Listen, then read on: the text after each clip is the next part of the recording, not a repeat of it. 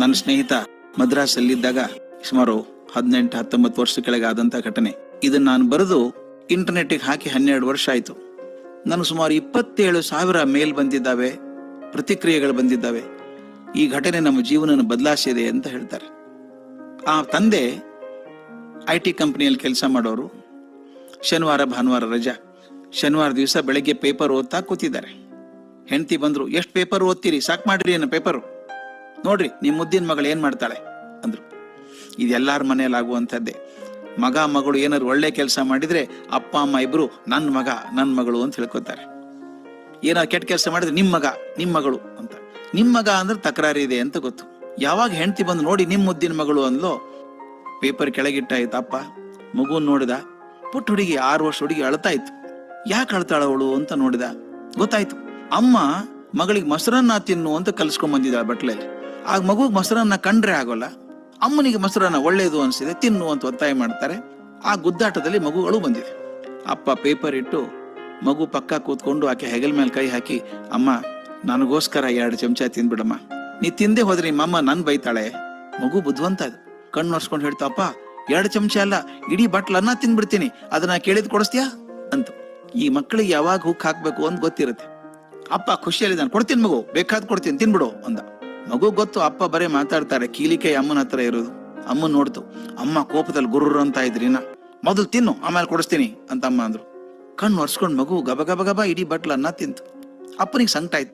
ಅದಕ್ಕೆ ಇಷ್ಟ ಇಲ್ಲ ಪಾಪ ಮೊಸರನ್ನ, ಏನೋ ಬೇಕಾಗಿದೆ ಅದ್ರ ಆಸೆಗೆ ತಿಂತ ಇದೆ ಮಗು. ಇದು ಮಗು ತಿಂದು ನೀರ್ ಕುಡಿದು ಕೈ ಬಾಯಿ ತೊಳ್ಕೊಂಡು ಓಡಿ ಬಂದ್ಲು. ಅಪ್ಪ ಸೋಫಾದ ಮೇಲೆ ಕೂತಿದ್ರಲ್ಲ, ನಿಮ್ ಕಣ್ಮುಂದ್ ಚಿತ್ರ ಬರ್ಬೇಕು ಸ್ನೇಹಿತರೆ. ಆ ಪುಟ್ಟ ಮಗು ಓಡಿ ಬಂದು ಹಾರಿ ಅಪ್ಪನ್ ತೊಡೆ ಮೇಲೆ ಕೂತ್ಕೊಂತು. ತನ್ನ ಪುಟ್ಟ ಕೈಗಳನ್ನು ಅಪ್ಪನ ಕುತ್ತಿಗೆ ಸುತ್ತ ಹಾಕಿ, ಅಪ್ಪ ನಾ ಕೇಳಿದ್ ಕೊಡಿಸ್ತೀಯಾ ಅಂತ. ಮಕ್ಕಳಿಗೆ ಏನಾದ್ರು ಬೇಕಾದ್ರೆ ಅವ್ರು ಬಹಳ ಚೆನ್ನಾಗಿರ್ತಾರೆ. ಅಪ್ಪನಿಗೆ ಖುಷಿ ಇತ್ತು, ಕೊಡ್ತೀನಿ ಮಗಳೇ ಅಂದ. ನೆನಪಾಯ್ತು, ದಸಕ್ಕಂತಿದೆ, ಏನೋ ಉತ್ಸಾಹದಲ್ಲಿ ಏನ್ ಬೇಕಾದ್ರೂ ಕೊಡಿಸ್ತೀನಿ ಅಂದ್ಬಿಟ್ಟಿದ್ದಾನೆ. ಬಹಳ ಬೆಲೆ ಬಾಳೋದು ಕೇಳಿಸಿದ್ರೆ ಏನ್ ಮಾಡೋದು?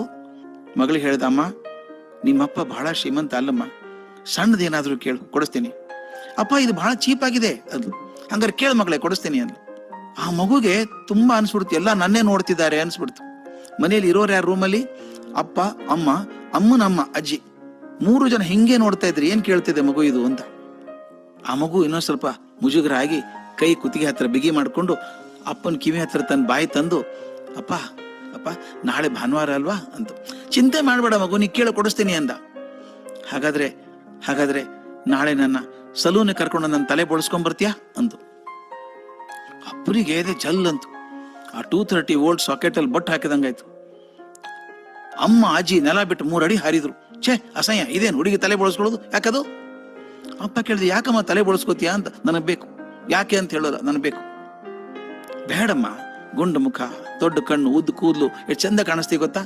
ಹುಡುಗಿ ತಲೆ ಬೋಳ್ಸ್ಕೊಂಡ್ರೆ ಚೆನ್ನಾಗಿರುತ್ತಾ? ಚೆನ್ನಾಗಿರುತ್ತೋ ಇಲ್ಲ ಗೊತ್ತಿಲ್ಲ, ನಾನು ತಲೆ ಬೋಳ್ಸ್ಕೋಬೇಕು. ಅಪ್ಪ ಇಲ್ಲ ಅಂದ. ಅಮ್ಮ ಇಲ್ಲ ಅಂದ್ರು. ಅಜ್ಜಿ ಬೈದ್ರು. ಆ ಹುಡುಗಿ ಅಳೋಕ್ ಶುರು ಮಾಡ್ತು. ಅಪ್ಪ ನಾನು ಹೋದ್ವಾರ ನೀ ಹರಿಶ್ಚಂದ್ರ ಕತೆ ಹೇಳಿ ಒಂದ್ಸಲ ಮಾತು ಕೊಟ್ರೆ ಹಾಗೆ ನಡ್ಕೋಬೇಕು ಅಂತ ಹೇಳಿದ್ದೆಲ್ಲ, ನೀನ್ ಹೇಳಿದ್ದೆಲ್ಲ ಚೀಪ್ ಆಗಿದ್ರೆ ಕೇಳು ಕೊಡಿಸ್ತೀನಿ ಅಂದಿದ್ದೆಲ್ಲ. ನಾ ಕೇಳಿ ತುಂಬಾ ಕಾಸ್ಟ್ಲಿ ಏನಿಲ್ಲಲ್ಲ, ಚೀಪ್ ಆಗಿದೆ ಇದು. ಅಪ್ಪ ಅಪೋಸಿಷನ್ ಪಾರ್ಟಿ ನೋಡಿದ. ಹೆಂಡತಿ ಅತ್ತೆ, ಆಯ್ತಮ್ಮ ಮಾಡ್ತೀನಿ ಬಿಡು ಅಂದ. ರಾತ್ರಿ ಕುರುಕ್ಷೇತ್ರ ಆಗಿರ್ಬೇಕು. ಮರುದಿನ ಮಗಳನ್ನ ಕರ್ಕೊಂಡು ಸಲೂನ್ ಹೋಗಿ ತಲೆ ಬೋಳ್ಸ್ಕೊಂಡ್ ಬಂದ. ವಿಚಿತ್ರ ಕಾಣ್ತಾ ಇತ್ತು ಮಗು. ಮರುದಿವ್ಸ ಶಾಲೆಗೆ ಹೋಗಿ ತಯಾರಾಗಿದೆ. ನಿಮ್ ಕಣ್ಮುಂದ್ ಚಿತ್ರ ಬರ್ತದೆ. ಪುಟ್ಟ ಹುಡುಗಿ, ಚಂದದ ಹುಡುಗಿ, ಒಳ್ಳೆ ಯೂನಿಫಾರ್ಮು, ಹೆಗಲಿಗೊಂದು ಚೀಲ, ವಾಟರ್ ಬಾಟ್ಲು, ಟಿಫಿನ್ ಕ್ಯಾರಿಯರು, ಬೋಳ್ತಲೆ. ಅಪ್ಪ ಕಾರಲ್ಲಿ ಕರ್ಕೊಂಡು ಹೋಗ, ಶಾಲೆ ಹತ್ರ ಬಿಟ್ಟ. ಮಗು ಹೋಗಿ ಗೇಟ್ ಹತ್ರ ನಿಂತ್ಕೊಂತು. ಆಕೆ ನೋಡಕ್ಕೆ ಆಗ್ತಾರೆ. ಒಳಗೋಗೋ ಅಂದ. ಇಲ್ಲಪ್ಪ ನಾ ಕಾಯ್ತೀನಿ, ನನ್ನ ಫ್ರೆಂಡ್ ಬರ್ತಾನೆ ಅಂತ. ಇದು ಯಾವ ಫ್ರೆಂಡ್ ಅಪ್ಪ ಅಂತ ಇವನು ಕೂತ್ಕೊಂಡ. ಹಿಂದೆ ಇನ್ನೊಂದು ಕಾರ್ ಬಂತು. ಆ ಕಾರಿಂದ ಒಬ್ಬ ಹುಡುಗ ಇಳಿದ. ಇದೇ ವಯಸ್ಸಿನ ಹುಡುಗ, ಇಂಥದೇ ಯೂನಿಫಾರ್ಮು, ಅಂಥದೇ ಹೆಗಲ್ ಚೀಲ, ಅಂಥದೇ ವಾಟರ್ ಬಾಟ್ಲು, ಅಂಥದೇ ಟಿಫಿನ್ ಕ್ಯಾರಿಯರು, ಅವಂದು ಬೋಳ್ತಲೆ. ಈ ಹುಡುಗಿ ಅಪ್ಪ ಅವ್ರು ನೋಡ್ತಾ ಇದ್ದ, ಇದೇನು ವಿಚಿತ್ರಪ್ಪ, ಶಾಲೆ ಯೂನಿಫಾರ್ಮ್ ಚೇಂಜ್ ಆಯ್ತು ಏನೋ. ಆ ಹುಡುಗ ನಿಧಾನಕ್ಕೆ ಹುಡುಗಿ ಹತ್ರ ಮಾತಾಡ್ತಾ ಇದ್ದ. ಆ ಹೊತ್ತಿಗೆ ಹಿಂದಿನ ಕಾರ್ ಬಂತಲ್ಲ, ಒಬ್ಬ ತಾಯಿ ಓಡಿಸ್ತಾ ಇದ್ರು ಕಾರು. ಆಕೆ ಇಳಿದ್ ಬಂದ್ರು. ಇವನ್ ಕಡೆ ಹುಡುಗಿ ಅಪ್ಪನ ಕಡೆ ಬರ್ತಾ ಇದ್ರು. ಅವ್ರ ಕಣ್ಣಲ್ಲಿ ಒಂದೇ ಸಮ ನೀರು ಸುರಿತಾ ಇತ್ತು. ಈತ ಅವ್ರು ನೋಡ್ತಾನೆ ಇಲ್ಲ, ಹುಡುಗರನ್ನೇ ನೋಡ್ತಾ ಇದ್ದ. ಆಕೆ ಕೇಳಿದ್ರು, ಸರ್ ಆ ಹುಡುಗಿ ನಿಮ್ ಮಗಳ? ಹೌದು ನನ್ ಮಗಳಕ್ಕೆ ಅಂತ. ಆಕೆ ಹೇಳಿದ್ದು, ಮಗಳಲ್ಲ ಸರ್, ಅದು ಎಷ್ಟು ಜನ್ಮ ಭಗವಂತನ ಪ್ರಾರ್ಥನೆ ಮಾಡಿದ್ರೋ ಗೊತ್ತಿಲ್ಲ, ಒಬ್ಬ ದೇವತೆ ನಿಮ್ ಮಗಳಾಗಿ ಬಂದಿದ್ದಾಳೆ, ದೊಡ್ಡ ಪುಣ್ಯ ಮಾಡಿದ್ರಿ ನೀವು.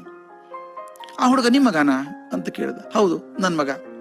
ಇವ್ ಹಿಡಿದ ಏನು ವಿಚಿತ್ರ ನೋಡ್ರಿ ಇದು, ನನ್ನ ಮಗಳು ಮೊನ್ನೆ ಹಠ ಹಿಡಿದ್ಲು ಅಂತ ಹೇಳಿ ನೀನು ತಲೆ ಬೋಳ್ಸ್ಕೊಂಬಂದೆ ಯಾಕೆದು, ನಿಮ್ಮ ಹುಡುಗನ ತಲೆ ಬೋಳ್ಸ್ಕೊಂಡಿದ್ದಾನೆ, ಏನು ವಿಶೇಷ ಅಂದ್ ಹೇಳಿ ಆಕೆ ನೋಡ್ದ.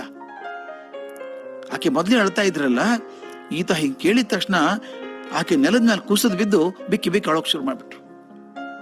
ಇವನಿಗೆ ಗಾಬರಿ ಆಯ್ತು. ಸಾರಿ, ಏನೋ ತಪ್ಪಂದ್ಬಿಟ್ನಾ ನಾನು, ಬೇಜಾರಾಯ್ತಾ ಅಂತ. ಇಲ್ಲ, ನನಗೆ ಭಾವನೆ ತಡ್ಕೊಳಕ್ ಆಗ್ಲಿಲ್ಲ ಸರ್. ಆ ಹುಡುಗ ನನ್ನ ಮಗ, ಒಬ್ಬನೇ ಮಗ, ಹುಟ್ಟಿದ್ ಒಂದೇ ನನಗೆ.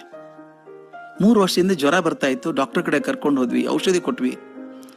ಈಗ 8 ತಿಂಗಳಿಂದ ಕರ್ಕೊಂಡು ಹೋದಾಗ ಡಾಕ್ಟರ್ ಹೇಳ್ತಾರೆ, ನಮ್ಮ ಮಗನಿಗೆ ರಕ್ತದ ಕ್ಯಾನ್ಸರ್ ಇದೆ, ಅದು ಕೊನೆ ಹಂತದಲ್ಲಿದ್ದಾನೆ, ಇನ್ ಜಾಸ್ತಿ ದಿವಸ ಬದುಕಲ್ಲ ಅವನು, ಮನೆಯಲ್ಲಿ ಅತಿಥಿ ಇದ್ದಂಗೆ ಇರ್ತಾನೆ, ಯಾವಾಗ ಬೇಕಾದ್ರೆ ಎದ್ದು ಹೋಗ್ಬೋದು, ನೋಡ್ಕೊಳ್ಳಿ ಆದಷ್ಟು ಅಂದ್ರು.